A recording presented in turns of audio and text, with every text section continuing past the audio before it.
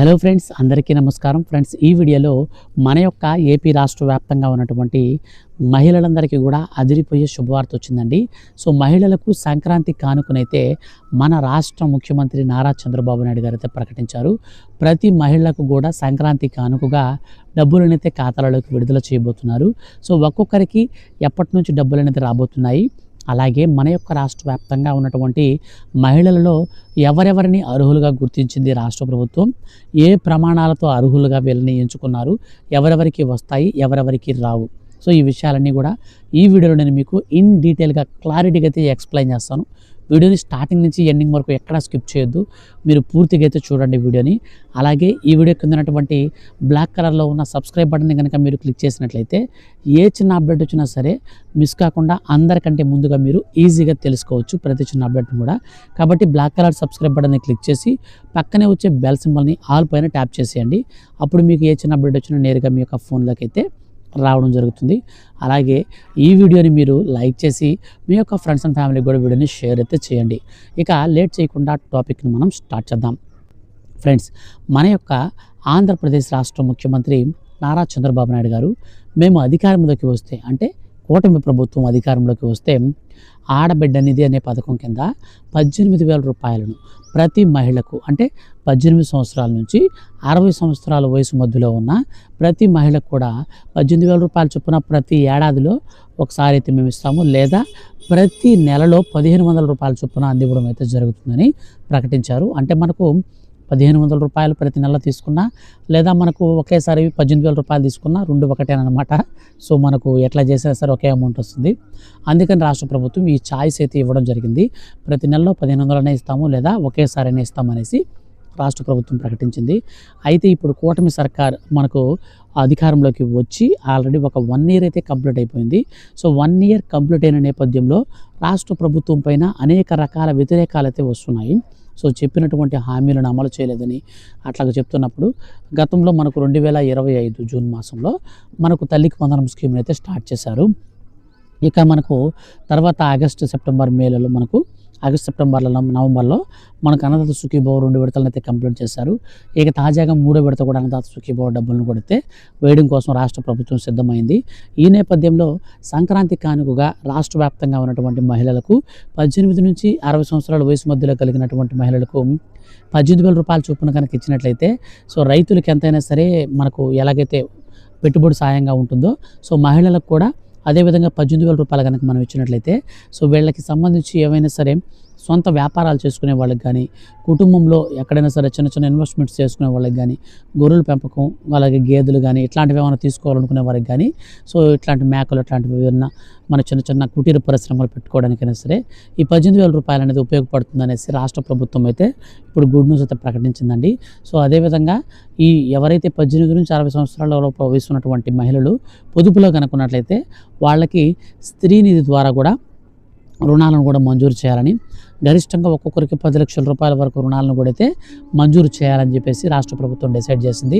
So మీరు మీ యొక్క friends and ఫ్యామిలీస్లో ఎవరైనా సరే డ్వాక్రా మహిళలు ఉంటే వారికి కూడా వీడియోని అయితే షేర్ చేయండి. డ్వాక్రా మహిళలకు వచ్చేసి ఏం జరుగుతుందంటే, ABCD ఈ 4 కేటగిరీలుగా మనకు ఈ యొక్క డ్వాక్రా గ్రూప్స్ని అయితే మనం డబ్బులు తీసుకొని కట్టేటువంటి విధానాన్ని బట్టి మన ట్రాన్సాక్షన్స్ అనేది ఏ విధంగా ఉన్నాయో ఆ యొక్క రేటింగ్ని బట్టి మనకు A ఇస్తారు, తర్వాత B ఇస్తారు, C ఇస్తారు, D ఇస్తారు. ఈ కేటగిరీలో ఏ కేటగిరీలో మీకు సెలెక్ట్ అయినటువంటి గ్రూప్కి ఏం చేస్తారంటే ₹1,00,00,000 వరకు రుణం అయితే మనకు మంజూరు చేస్తారు శ్రీనిధి ద్వారా. ఈ ₹1,00,00,000 రుణంలో ఒక్కొక్క సభ్యురాలకి 10 లక్షల రూపాయలు అయితే వస్తాయి. సో సెకండ్ మనకు అన్నమాట B అనమాట. సో B కేటగిరీలో ఉన్నటువంటి మహిళలకు వచ్చేసి మనకు 90 లక్షల రూపాయలు అయితే ఇస్తారనమాట. అందులో మనకు నేరుగా 9 లక్షల రూపాయలు అయితే మనకు ఒక్కొక్క సభ్యురాలకి అయితే వస్తుంది. ఇక C కేటగిరీలో ఉన్నటువంటి మహిళలకు వచ్చేసి 80 లక్షల రూపాయలు అయితే గ్రూప్కి శాంక్షన్ చేస్తారు, ఒక్కొక్క మహిళకు 8 లక్షల రూపాయలు. ఇక D కేటగిరీలో ఉన్నటువంటి మహిళలకు వచ్చేసి 70 లక్షల రూపాయలు అయితే గ్రూప్కి శాంక్షన్ చేస్తారు. అందులో మనకు 7 లక్షల రూపాయలు అయితే ప్రతి సభ్యురాలకైతే వస్తుంది. సో ఈ విధానంలో మన యొక్క రాష్ట్ర వ్యాప్తంగా ఉన్నటువంటి డ్వాక్రా గ్రూప్స్లో ఉన్నటువంటి వారందరికీ కూడా NTR విద్యాలక్ష్మి, NTR కళ్యాణ లక్ష్మి పథకాల కింద శ్రీనిధిలో మనకు ఈ విధంగా 10 లక్షల రూపాయల వరకు రుణాలు అయితే ఇస్తారన్నమాట. 7 లక్షల రూపాయల నుంచి 10 లక్షల రూపాయల వరకు గరిష్టంగా అయితే రుణాలు ఇస్తారు. వీటికి సంబంధించి మనకు తక్కువ వడ్డీకి మనకు ఈ యొక్క రుణాలు అయితే ఉండబోతున్నాయన్నమాట.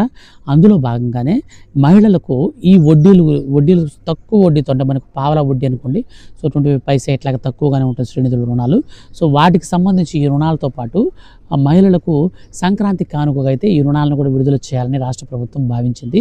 ఇప్పుడు ఈ రుణాలతో పాటుగా మన యొక్క రాష్ట్ర వ్యాప్తంగా ఉన్నటువంటి మహిళలకు సంబంధించి నేరుగా ఏదైతే నారా చంద్రబాబు నాయుడు గారు అండ్ కూటమి ప్రభుత్వం హామీ ఇచ్చిందో, మేము అధికారంలోకి వస్తే ఆడబిడ్డ నిధి పథకం కింద అర్హత కలిగినటువంటి ప్రతి మహిళకు కూడా నేరుగా అమౌంట్స్ అయితే ఖాతాల్లోకి వేస్తామని ప్రకటించారు.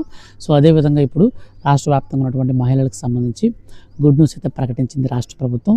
త్వరలో మన యొక్క ఆంధ్రప్రదేశ్ రాష్ట్ర వ్యాప్తంగా ఉన్నటువంటి మహిళలకు అర్హుల లిస్ట్ అయితే విడుదల చేయబోతున్నారండి.